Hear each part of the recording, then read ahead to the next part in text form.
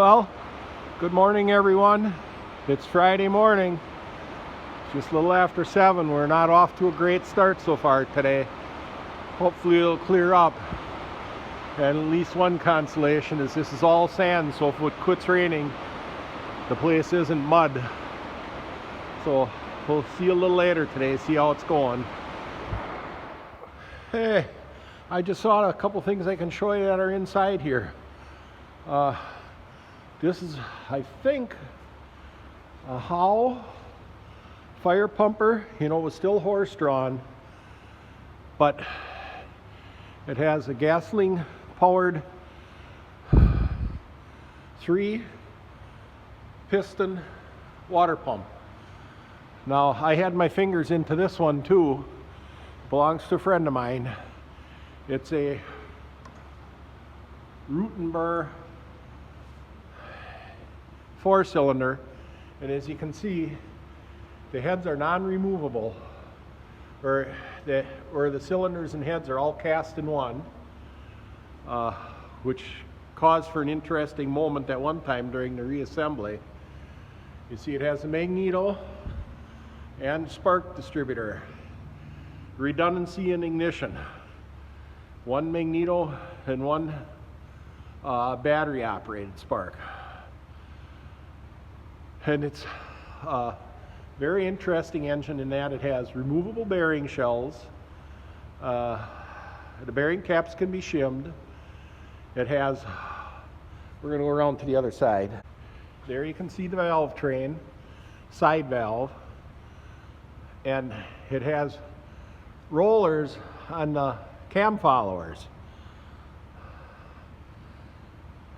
And the interesting thing that caused when I was reassembling, you put the piston and rod into the cylinder and inset the cylinder down onto the crankcase, and I hadn't given it any thought, and I put on one of them, I pushed the piston in too far, and the top ring snapped out of the bore up into the combustion chamber area. How do you pull a piston back out?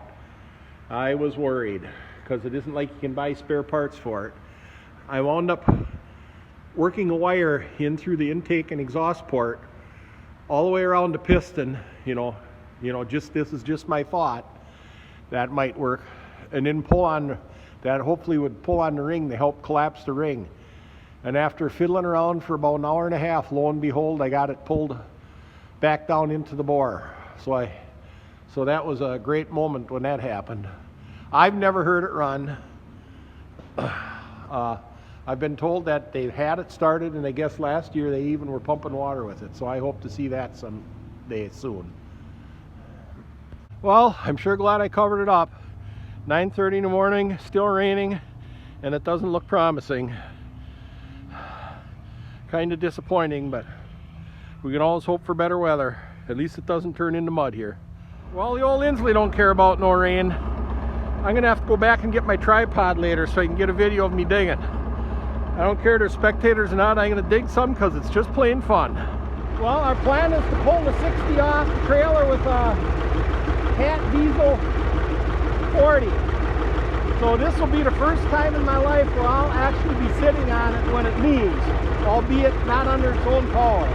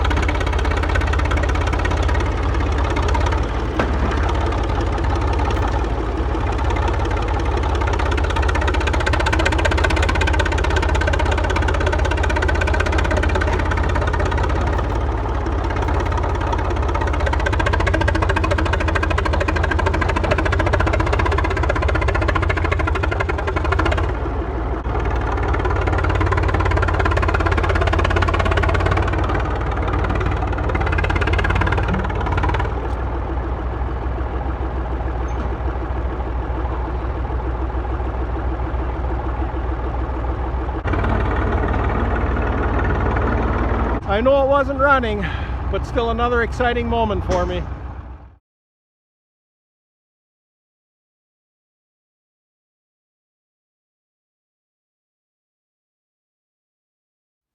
Again this evening, I'm looking at the 60.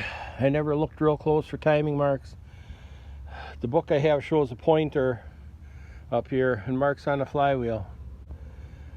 But now when I'm looking for top dead center for where number 1 would be, I do see it looks like there may be a mark there. If that's just by chance, no, I can catch it. I can catch it with my fingernail. I didn't bring this guard along. Maybe there's a mark on that guard, but I found something else interesting. That mark. It's like a big center punch mark where they took a cold chisel and made a box around it.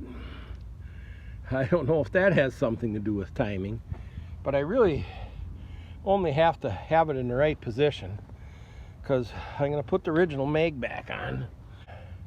Nothing was disturbed as far as the drive, so all I have to do is line it up with the right cylinder. So that shouldn't be a problem. I think tonight and tomorrow morning I'm going to put the carburetor together just because I want to get it done. And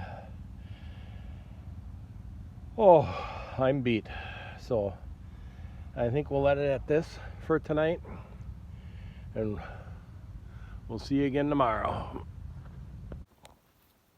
The issues is getting this to screw back in there. It came out and it left the threads intact, but it doesn't want to screw all the way back in real good. And I'm being very gentle with it. I'm working it in and out slowly and working with what I got. Then I'm cleaning any of the corrosion that's get caught in these threads out with a razor blade, and then I work it in and out again. It's going pretty good. You can see threads in there. It's like there's 1 to 1.5 turns of threads missing in the top, but farther in there, now it's focused better, but farther in the threads look quite good actually, like 3 full threads. So if I'm real careful with it, but I think I may wait till tomorrow morning and go through the flea market looking for some little wire brushes to get in there and clean with, and also look for some vintage style spark plug wire and maybe some old good looking used spark plugs. I'd like to get the kind that can be taken apart. So I'm going to keep at this a little bit more. I have another set of threads on the carburetor that don't seem to want to work good. This surface is quite corroded and screws onto the carburetor body there, and I'm sure that's all got to seal up good. So I may look for some sandpaper and something flat to try and dress this down flat to make sure it seals good. So far what I'm doing is cleaning this off with the razor blade, and so far it's cleaning up quite a lot already. And one thing I've never quite figured out, on a lot of old petcocks you'll find that when it's crossways it's open, see, and when it's straight it's closed.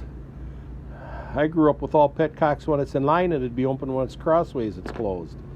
So you always got to check them. Another issue I'm having is this doesn't want to screw in. You can see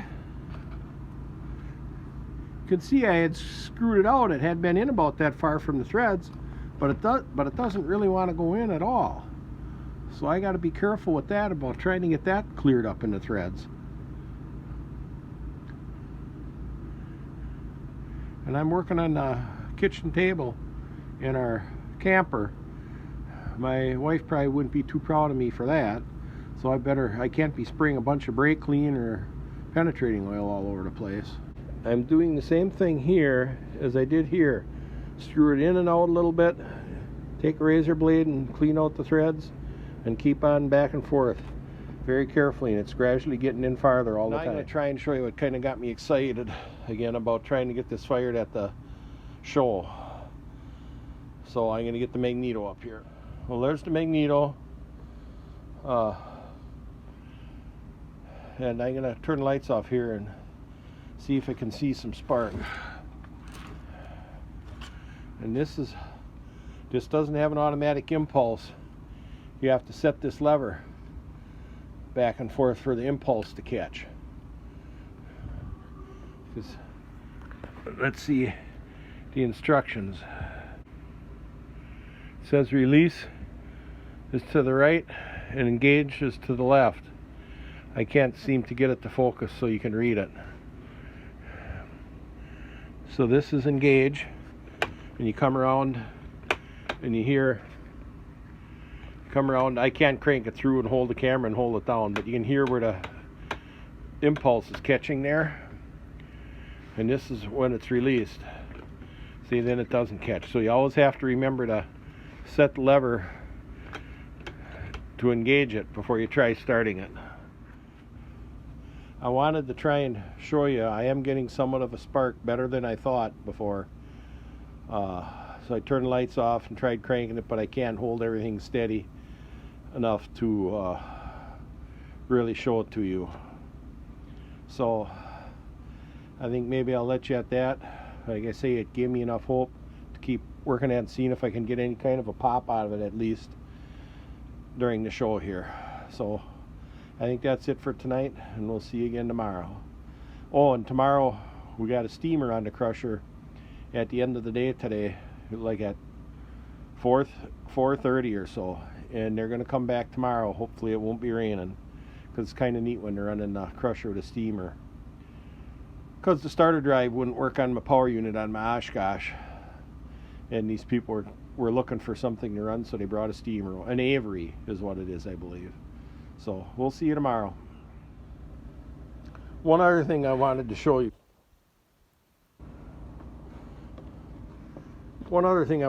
Quick. The spark plug wires must have been getting broke off or whatever, a little too short.